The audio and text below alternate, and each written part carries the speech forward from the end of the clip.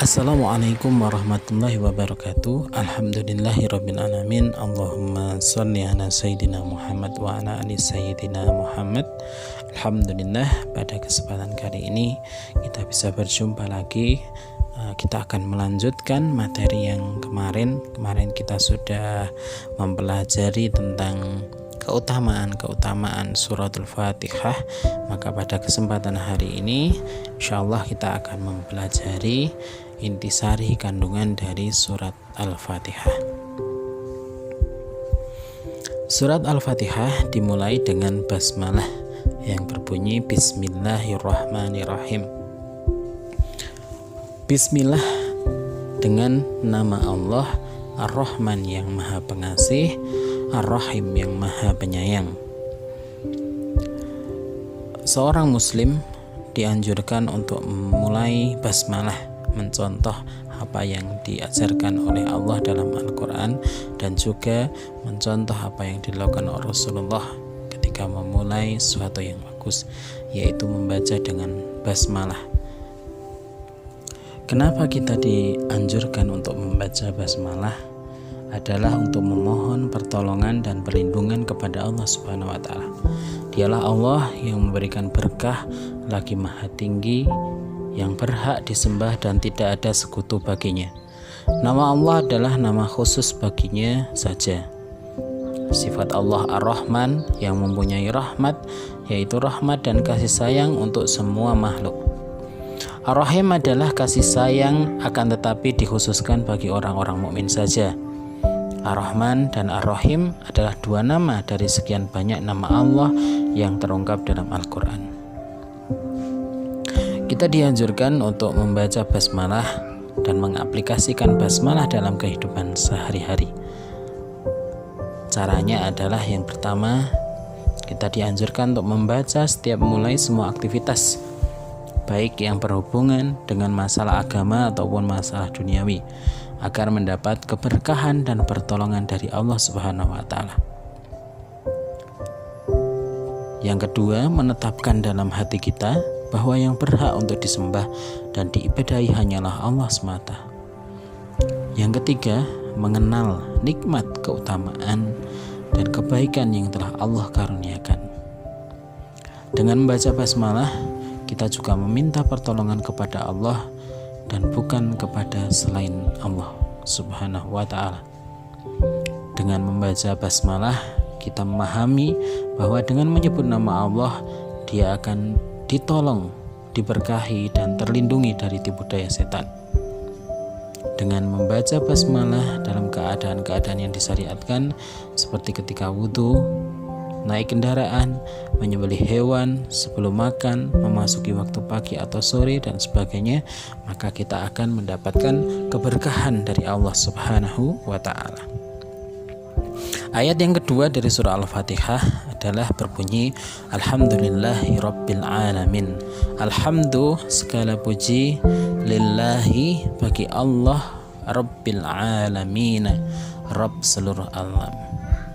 Alhamdulillah, segala puji bagi Allah dengan semua sifat-sifat yang sempurna, dengan nikmat yang diberikannya lahir dan batin, nikmat agama dan nikmat duniawi, sehingga sudah menjadi ketetapan bagi setiap hambanya untuk memuji dan mengagungkannya.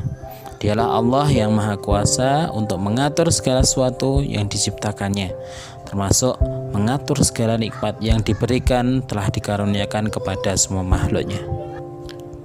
Ayat selanjutnya adalah Ar-Rahman dan Ar-Rahim. Ar-Rahmanir-Rahim. Ar-Rahman yang Maha Pengasih dan Ar-Rahim yang Maha Penyayang. Ar-Rahman adalah Allah yang memiliki rahmat, yaitu rahmat dan kasih sayang kepada semua makhluk yang ada di dunia. Sedangkan Ar-Rahim adalah kasih sayang Allah yang khusus kepada orang-orang mukmin saja. Maliki Yaumiddin. Malik adalah pemilik raja, Yaumiddin, hari pembalasan. Dialah yang mempunyai sifat raja dan penguasa yang paling agung. Dialah yang memberikan pengaruh dengan adanya perintah dan larangan, serta memberikan ganjaran dan siksa. Allah lah yang penguasa pada hari kiamat. Hari diperlihatkannya semua amalan manusia ketika dia di dunia, baik ataupun buruk. Dialah yang berkuasa untuk menegakkan keadilan dan memberikan balasan terhadap semua amal yang dilakukan oleh manusia. Tidak ada penguasa selain Dia yang lebih berkuasa dari Allah Subhanahu wa Ta'ala. Semuanya tunduk atas kebesarannya, lagi mengharap balasan berupa ganjaran dan takut akan siksanya. Ayat yang kelima, Iyyaka na'budu wa iyyaka nasta'in. Iyyaka hanya kepada Engkau ya Allah, na'budu kami menyembah, wa iyyaka dan hanya kepada Engkau ya Allah, nasta'inu kami memohon pertolongan. Beribadah dan meminta pertolongan hanya kepada Allah Subhanahu wa Ta'ala. Segala perkara yang ada padanya. Ayat ini menunjukkan bahwa seorang hamba tidak boleh melakukan ibadah apapun seperti berdoa, berkurban, tawaf kecuali kepada Allah Subhanahu wa Ta'ala. Hanya kepada Allah saja kita beribadah dan hanya kepada Allah saja kita berdoa, kita memohon pertolongan. Iyyaka na'budu wa iyyaka nasta'in. Hanya kepada Allah kami menyembah dan hanya kepada Allah kami memohon pertolongan. Ayat yang ke-6 berbunyi, Ihdinas siratal mustaqim. Ihdinas, tunjukilah kami as-siratal mustaqim, jalan yang lurus. Tunjuki dan bimbinglah kami kepada jalan yang lurus, dan tetaplah kami pada jalan itu sampai bertemu dengan Allah. Jalan itu adalah Islam, yaitu satu-satunya jalan yang akan mengantar seorang hamba kepada ridha Allah Subhanahu wa Ta'ala dan surganya. Tidak ada jalan menuju kebahagiaan bagi seorang hamba kecuali dengan istiqomah di jalan Islam. Tidak ada jalan selain jalan Islam yang mengantar kepada keselamatan, kepada ridha Allah Subhanahu wa Ta'ala dan kepada surganya Allah Subhanahu wa Ta'ala. Inilah jalan-jalan orang yang diberi nikmat yang agung, yaitu jalan para nabi, para shodiqin, syuhada dan sholihin, sebagaimana dikabarkan oleh ayat selanjutnya, Shiratal ladzina an'amta 'alaihim ghairil maghdubi 'alaihim waladdallin. Shiratal, yaitu jalan, alladzina an'amta, orang yang telah diberi nikmat, alaihim, atas mereka, yaitu jalannya orang-orang soleh, para nabi, siddiqin, syuhada dan sholihin.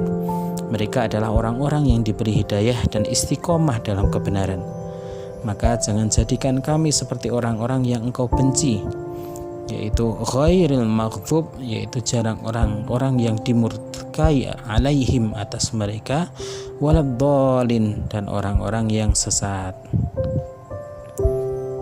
Ya Allah, jangan jadikan kami seperti orang-orang yang Engkau benci, yang maghdub, yang dimurkai, yaitu orang-orang Yahudi. Mereka mengetahui kebenaran tapi tidak mau mengejarkan kebenaran, tidak mau mengerjakan kebenaran. Mereka mengetahui kebenaran Islam tapi tidak mau kemudian menjalani atau menempuh jalan Islam, yaitu orang-orang yang pintar tapi tidak mau mengamalkan ilmunya. Itu adalah orang-orang yang dibenci oleh Allah. Ghairil maghdub, yaitu orang-orang yang dibenci. Waladdallin, dan orang-orang yang sesat, yaitu orang-orang yang tidak mengetahui jalan. Golongan yang sesat yaitu orang-orang mereka yang tidak diberi petunjuk lagi sesat dalam menempuh jalan, yaitu orang yang tidak mau belajar dan tidak mau mengamalkan ilmu, atau mereka beramal tanpa ilmu. Dan kita semoga diselamatkan dari dua golongan ini, yaitu golongan maghdub dan adhdallin. Golongan orang yang dimurkai, yaitu orang yang mengetahui tahu tapi tidak mau mengamalkan ilmunya, dan adhdallin, orang yang tidak mau belajar atau beramal tanpa ilmu. Wallahu a'lam bishawab. Assalamualaikum warahmatullahi wabarakatuh.